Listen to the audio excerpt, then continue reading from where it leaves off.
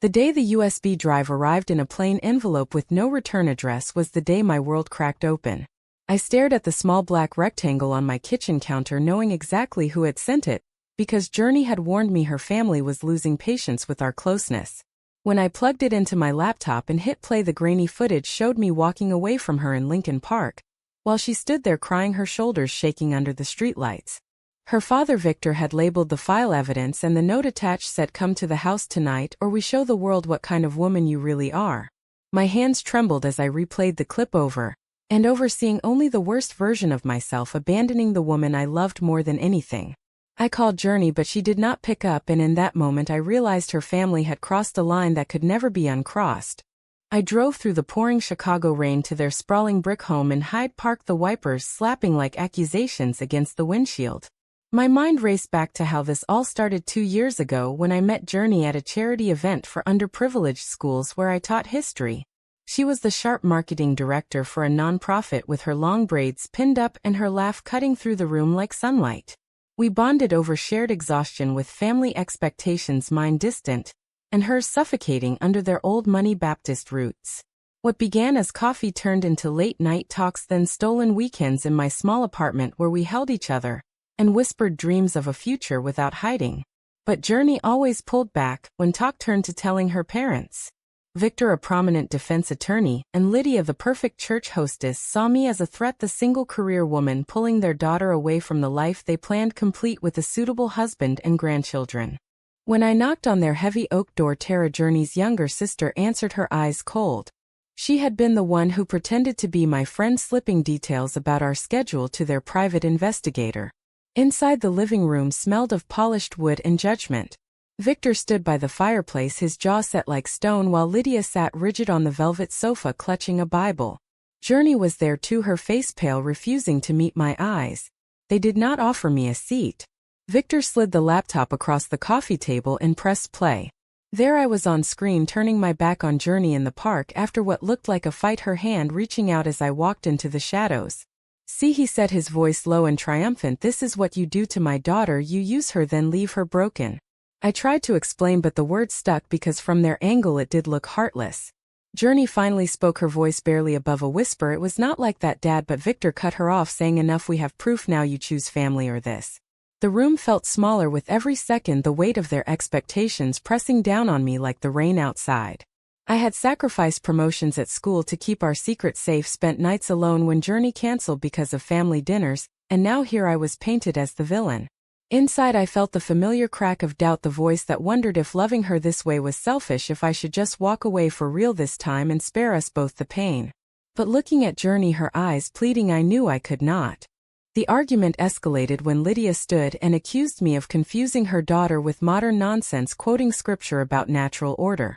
Tara nodded along, her betrayal stinging like salt in a wound because she had once covered for us, laughing about how blind her parents were.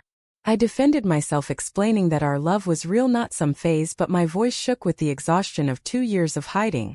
Journey finally stepped forward, her hand brushing mine in front of them, a small act of courage that made Victor slam his fist on the table. That touch sent a spark through me, reminding me why I fought so hard. The way she grounded me made me believe in a version of myself free from fear. Yet as the night wore on, I saw the toll on her, the way her shoulders slumped under the choice they forced. We left together in silence, driving back to my place where she cried in my arms, whispering she did not know how much longer she could keep choosing me over them. That night I lay awake, staring at the ceiling, wondering how much more we would lose before this broke us completely. The spying had only just begun, but already it carved deep lines between us, lines I feared might never heal. Morning brought no relief, only the buzz of my phone with messages from concerned colleagues who had heard rumors from the private investigator poking around my school, asking about my personal life. I taught at an inner-city high school where my students already faced enough judgment, and now my own life threatened to become classroom gossip. Journey called from her office, her voice strained, saying her father had scheduled a family meeting for the weekend, and she needed me there to face it together. I agreed, though every instinct screamed to run, because running would mean losing her, and I had already paid too high a price. Over the next days the tension built like a storm.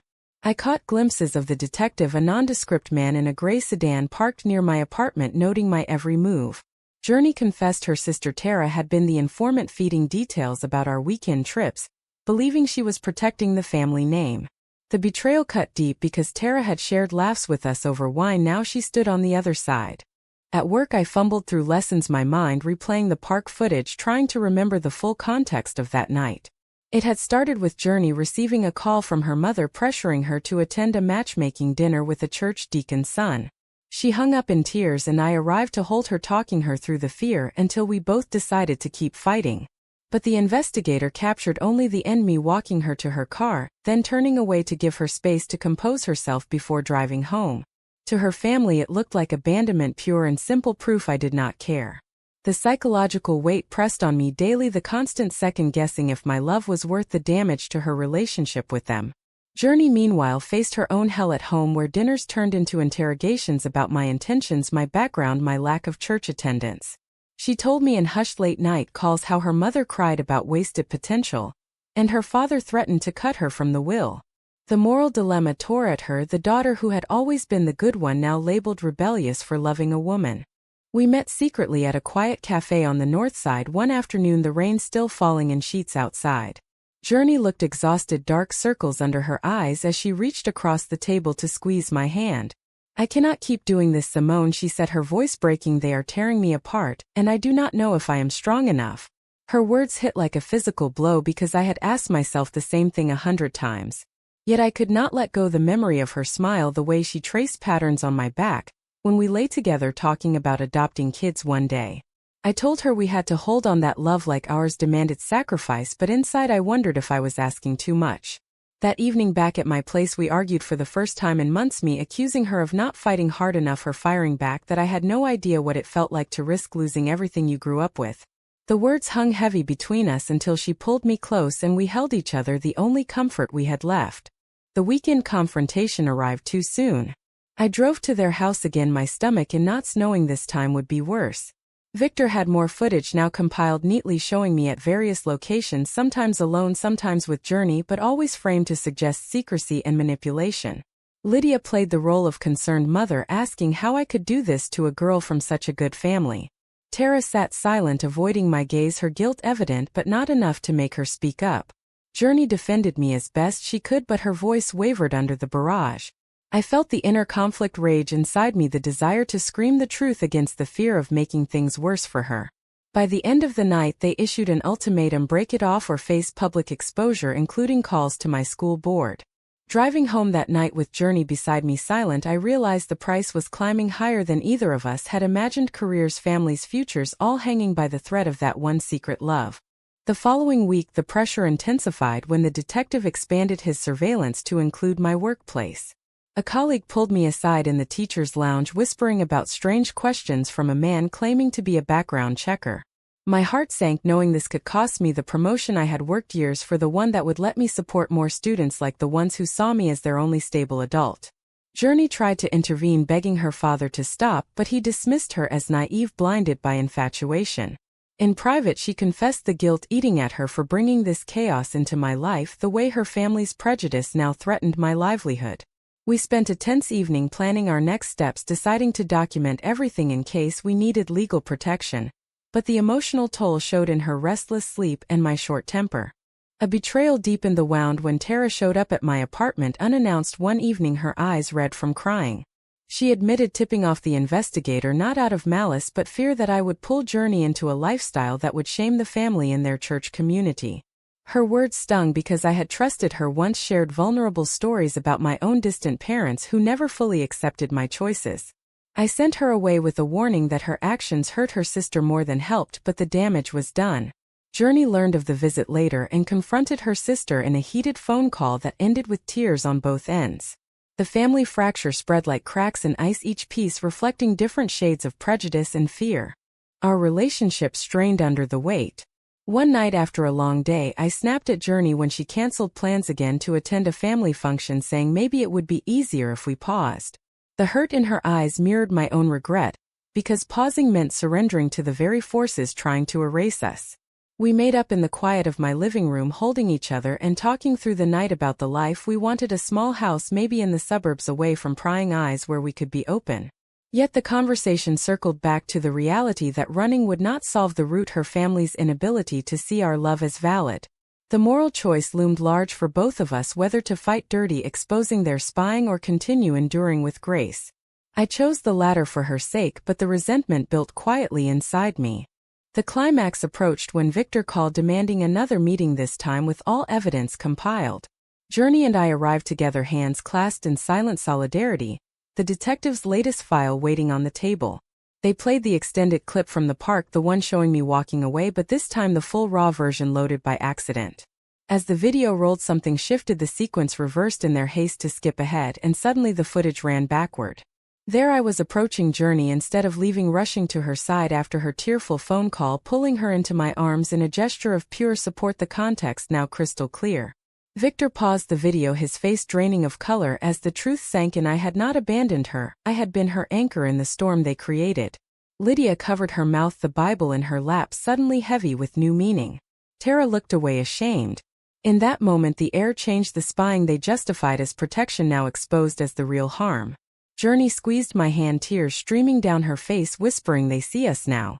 But even as relief washed over me, I knew the road to acceptance would demand more sacrifices, more painful conversations, and the lingering scars of prejudice that no reversed video could instantly erase.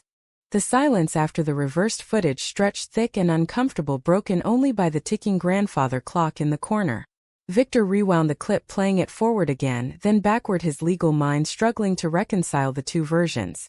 What we saw as manipulation was now undeniably care, the way I comforted Journey after her mother's harsh words on the phone, the decision we made together to keep fighting. Lydia whispered a prayer, her hands trembling as years of taught beliefs clashed with the raw humanity on screen. Tara finally spoke, her voice small, admitting she had encouraged the investigator because she feared losing her sister to a world she did not understand. Journey turned to her family, her voice steady for the first time in weeks, asking if this was the protection they wanted or just control dressed up as love. The question hung there, forcing each of them to confront their choices, the way prejudice had twisted their good intentions into something destructive. I sat quietly, processing the shift inside me, the validation mixed with anger at the invasion that nearly broke us. My own inner conflict resurfaced. Had I been too passive, letting them dictate the terms, or had my patience been the strength that finally opened their eyes? Journey and I left that night with no clear resolution but a crack in the wall. Over the following days, small changes emerged, Lydia sending a tentative text asking to meet for coffee, just the three of us, Victor canceling the remaining surveillance reports. Yet the damage lingered in awkward silences, and Journey's lingering doubt about whether their acceptance was genuine or fear-driven. At work the rumors died down, but the stress had cost me sleep and focus, my students noticing my distraction and offering innocent support that reminded me why I fought so hard. A new confrontation arose when the family invited us to Sunday dinner, the first time including me openly. The table felt like a battlefield, polite conversation, masking deeper tensions as Victor probed my views on faith and family. I answered honestly, my voice calm but firm, explaining that love did not contradict their values, it expanded them. Journey backed me up, sharing how our relationship made her stronger, more compassionate, the very qualities they raised her to have. Tara apologized directly to me over dessert, her eyes sincere, marking a small step toward healing. Yet Lydia struggled visibly, her eyes darting to old family photos, the moral dilemma etched on her face between scripture and the daughter she loved. The evening ended with cautious hugs, but the air remained heavy with unresolved pain. Journey and I celebrated the small victory in private, toasting with cheap wine on my balcony overlooking the city lights. She admitted the cost, the therapy session she started, to process the betrayal, the career opportunities she turned down to stay close during the crisis. I shared my own sacrifices, the friends who distanced themselves after hearing whispers, the nights I questioned if our love was worth the isolation. The conversation deepened our bond, turning trauma into shared resilience, but it also highlighted the trade-offs each decision carried. As we lay together that night, I felt the weight of responsibility, the knowledge that our awakening came at the expense of her family's pride and my peace of mind. The path forward remained uncertain, but for the first time it felt possible. Weeks turned into a tentative new normal, with family dinners becoming less hostile and Victor even asking my opinion on a legal case involving education reform. Yet beneath the surface, old prejudices simmered, Tara's occasional slips into awkward questions about our future and Lydia's subtle suggestions for counseling to explore our choices. Journey bore the brunt, navigating loyalty to me while rebuilding trust with them, her inner strength tested daily as she balanced work, family, and our relationship. I supported her as best I could, but my own scars from the spying made me wary of every invitation, fearing another hidden agenda. A public incident tested us further when at a church fundraiser, a distant relative made a pointed comment about modern lifestyles, prompting Journey to defend us openly for the first time in that setting. The backlash was swift whispers and cold shoulders, but it also sparked conversations that chipped away at the walls. The turning point came during a weekend retreat the family insisted we all attend at their lake house. Away from the city, the isolation forced honest talks around the fireplace where Victor admitted the detective had been his idea, born of fear, not malice. He described sleepless nights worrying about Journey's happiness in a world he saw as unforgiving. I listened without interruption, then shared my perspective: the pain of being reduced to a threat, the strength it took to stay when every instinct said flee. Journey spoke of her divided heart, the love for her family clashing with the completeness she felt with me. Tears flowed that night, breaking down barriers as Lydia hugged me for the first time, whispering she wanted to understand. The moral awakening spread slowly, each member grappling with their role in the hurt caused by prejudice and control. Back in Chicago, life settled into a rhythm with cautious inclusion, me attending family events, Journey spending more nights at my place openly. Yet the costs remained tangible: my promotion delayed due to the earlier rumors, Journey's relationship with Tara still strained by the betrayal. We discussed the future seriously one evening, planning a small commitment ceremony, not yet a full wedding but a step toward the two brides her family now seemed willing to consider. The decision brought joy mixed with anxiety. The knowledge that acceptance did not erase the damage, only allowed healing to begin. Inner conflicts lingered for me, the voice wondering if I had compromised too much for love for Journey, the guilt of putting her family through turmoil. As months passed, the drama softened into quiet growth. Victor helping with legal advice for my school projects, Lydia inviting us to holiday gatherings without conditions. The reversed video became a symbol in family lore the moment truth forced them to see beyond fear. Yet I never forgot the price: the sleepless nights, the lost opportunities, the tears shed in private. Journey and I grew stronger, forged in the fire of opposition, our love no longer secret but still hard-won. The social prejudices outside the family persisted: stares in public, occasional comments, but we faced them together, heads high. The journey taught us that every choice carried weight, the right ones often the hardest and the wrong ones the most revealing. The spring afternoon we gathered in the backyard of their Hyde Park home for the small ceremony felt surreal: white chairs arranged under blooming trees, Journey in a simple white dress, me in a tailored suit, our hands clasped as the officiant spoke of love conquering division. Victor walked Journey down the makeshift aisle, his eyes misty with reluctant pride, while Lydia pinned flowers on my lapel, a gesture heavy with meaning. Tara stood as witness, her apology from months ago now reflected in her genuine smile. The vows we exchanged were simple promises to choose each other daily through whatever came, the words carrying the weight of every confrontation, every sacrifice, every tear. As we kissed under the afternoon sun, the applause from their closest friends and family felt like victory, hard-earned and bittersweet. In the weeks that followed, life as two brides brought new challenges: navigating legal paperwork for joint accounts, planning a future that included possible children, while maintaining ties with her family. Journey thrived at work, her confidence bolstered by open support at home, while I received the promotion, finally the rumors fading into memory. Yet the psychological scars remained: occasional arguments rooted in old fears, moments when prejudice from the wider world reminded us of the battle. We talked openly about the costs, the family bonds strained forever, the personal growth that came from pain, the way spying had inadvertently revealed deeper truths about love and acceptance. Simone, I said one quiet evening as we watched the city lights from our new balcony together, was it worth it, all the hurt to reach this point? She smiled, pulling me close, whispering every step led us here and I would walk it again. Looking back at the journey from the envelope that started it all to this moment of peace, I saw the intricate web of decisions, each one a trade-off between loyalty and truth, fear and courage. The family learned humility, their prejudices challenged by evidence they themselves uncovered through misguided actions. We learned resilience, the power of vulnerability in the face of opposition.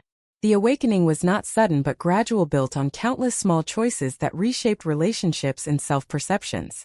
As we settled into our life together, the echoes of drama lingered, but so did the strength born from them. In the end, did the family's desperate act of spying and the prejudice that fueled it justify the deep wounds it inflicted on everyone? Or did the painful truth revealed by that reversed video prove that sometimes the most controversial choices are the only path to genuine understanding and love?